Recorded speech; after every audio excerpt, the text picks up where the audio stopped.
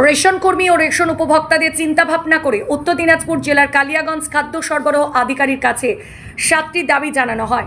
CPIM উত্তর area কমিটির পক্ষে ভিডিও অফিস প্রাঙ্গণে অবস্থিত খাদ্য সহ দপ্তরে কালিয়াগঞ্জের বাসতলায় অবস্থিত রেশন উপভোক্তাদের সুবিধার জন্য বাসতলা মোড়ে রেশন দোকান নাম্বার KCS 200 অবিলম্বে কালিয়াগঞ্জ কোঅপারেটিভ স্টোরসের অধীনে খুলতে হবে। বর্ষার সময় রেশন দোকান থেকে উপভোক্তাদের রেশন দিতে হবে।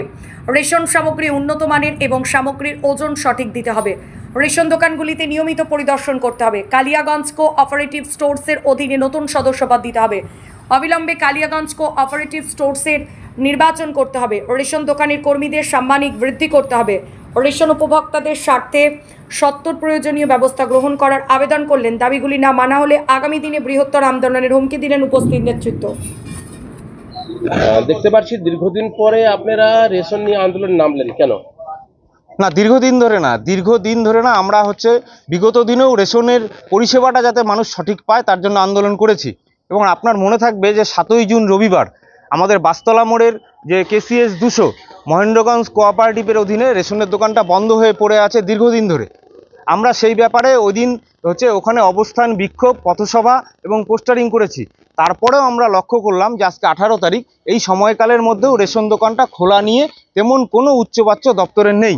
তাই আজকে আমরা সম্মানীয় যিনি এখানের দায়িত্বে আছেন ইন্সপেক্টর, ওনার কাছে আমরা আমাদের এই রেশনের দোকানটা খোলা এবং এই বর্ষার সময় আমরা জামতলায় যাব না, আমরা ওই বাসতলা মোড়ে রেশনের দোকান থেকেই রেশনটা নিব এবং তার সাথে সাথে রেশনের সামগ্রীর উন্নত সামগ্রী এবং তার কোয়ালিটি এবং কোয়ান্টিটি এই দুটা যেন সাথে কোনো আপোষ না করা হয়, আমরা সেটা ওনাকে বলে গেলাম। এবং আমাদের কোঅপারেটিভের নির্বাচনটা দ্রুত করতে হবে, কারণ নির্বাচিত কোনো একটা বোর্ড না থাকলে সেই ক্ষেত্রে যে অসুবিধাগুলোর সম্মুখীন আমাদের সাধারণ মানুষের হতে হচ্ছে, সেই সম্মুখীন যাতে আমরা আগামী দিনে আর না হয় তার জন্য আমরা সম্মানীয় স্যারের কাছে আমরা আমাদের দাবিপত্র তুলে দিলাম। সাথে দাবি রয়েছে আপনাদের? আমাদের এখানে 7টা দাবি রয়েছে। সাথে আপনাকে বলি যে রেশনের দোকানের যারা কর্মী খুব সামান্য তারা পারিশ্রমিক পায়, সেই পারিশ্রমিক দিয়ে তাদের সংসার চলে না। আমরা চাইছি যে ওনাদের পারিশ্রমিকটা বৃদ্ধি করা হোক।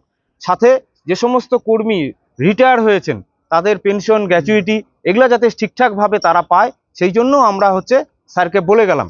এবং সাথে সারপ্রাইজ ভিজিট যেটা দরকার রেশন দোকানগুলোতে, সেটাও আমরা স্যারের কাছে আবেদন করলাম। রেশন দোকানের কি চাল কি উন্নত মানের হয়েছে না এখনো ওরকমই আছে? না, চালের মান তো স্যার আমাদেরকে বললেন যে চালটা গোডাউনে রাখা থাকে, সেই চালটা যখন ধীরে ধীরে যখন দেওয়া শুরু হয় শেষের দিকে চালটা এসে একটু খারাপ হয়, অনেক দিন ধরে গোডাউনে থাকে। তা আমরা স্যারকে সেই বিষয়টা নিয়েও বললাম যে এই চালের কোয়ালিটিটা যাতে খারাপ না হয় তার জন্য আপনারা দেখবেন। বলছে এটা একটা সময়ে যখন সমস্ত চাল গোডাউনে মজুত করা থাকে, ধীরে ধীরে বের হয়, তখন চালগুলোয় সমস্যা হয়। আমরা সেই ব্যাপারটাও স্যারকে বললাম যে এই সমস্যাটা যেন না আসে, মানুষ তো খাবার জন্য চাইছে। করোনার সময় রেশনটা দুয়ারে নিয়ে গেছিল, এখন কি প্রয়োজন রয়েছে? না, এখন দুয়ারে রেশন যেটা আছে, আমরা চাইছি দুয়ারে রেশনের থেকেও আমার রেশনের দোকানে যেন রেশনটা দেওয়া হয়। দুয়ারে চলুক, কিন্তু আমাদের বাসতলা মোড়ের যে রেশনের দোকানটা, দুয়ারে রেশন দেওয়ার পরেও রেশনের দোকান 2 দিন 4 দিন করে মাসে খোলা হয়, সেটা আমাদের এখানে খোলাই হচ্ছে না, একদম বন্ধ হয়ে পড়ে আছে। দুয়ারে দিচ্ছে, কিছু মানুষ দুয়ারের সামনে থেকে নিচ্ছে, সেটা সরকারি সিদ্ধান্ত, তারা নিবে, কিন্তু আমাদের রেশনের দোকানটা খোলা হোক। আমাদের তো বছর ধরে রেশনের দোকানটা বন্ধ হয়ে আছে। কেন বন্ধ হয়ে আছে? এইটা তো অজ্ঞাত কারণ, আমরাও জানি না। এখানে এসে শুনতে পারলাম যে কোনো একটা সমস্যা হয়েছিল, আর্থিক কোনো বিষয়। তো সেই পরিপ্রেক্ষিতে আমরা বললাম, যাকে এটা ব্লেম করা হয়েছিল তিনি একজন প্রতিবন্ধী মানুষ, তিনি তার বাড়িঘর বিক্রি করে সেই অর্থ যোগান দিয়েছে, তারপরেও এই দোকানটা তেমনভাবে খোলার কোনো প্রচেষ্টা নেই। এখন কি ব্যাপার প্রশাসনিক ভেতরে সেটা উনি বলতে পারলেন না। উনি বললেন আপনারা তো একটা অভিযোগ করলেন, লিখিত অভিযোগ বা ডেপুটেশন দিলেন, জানালেন আপনাদেরকে? আমাদেরকে উনি জানালো, উনি ডিস্ট্রিক্ট কন্ট্রোলার এবং CI সাহেব যারা আছেন তাদেরকে উনি এটা ফরওয়ার্ড করবেন, এবং আমরা ওনাকে বললাম আপনি ফরওয়ার্ড করুন, আমরা কয়েকদিন দেখব, যদি এর কোনো বিহিত না হয় তাহলে আমরা বৃহত্তর আন্দোলনে নামব।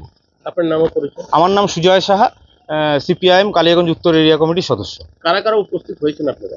আমরা এখানে আমাদের নেতৃত্ব কমরেড মনোরঞ্জন পাটোয়ারি, কমরেড সুমনা গুহ, ধীরাজ ভৌমিক, গোপাল দাস, রূপক কুণ্ডু, উত্তম গুহ, অনেকেই, এছাড়া প্রমুখ। আমরা প্রতিনিধিমূলকভাবে আজকে ডেপুটেশনটা দিলাম এখানে।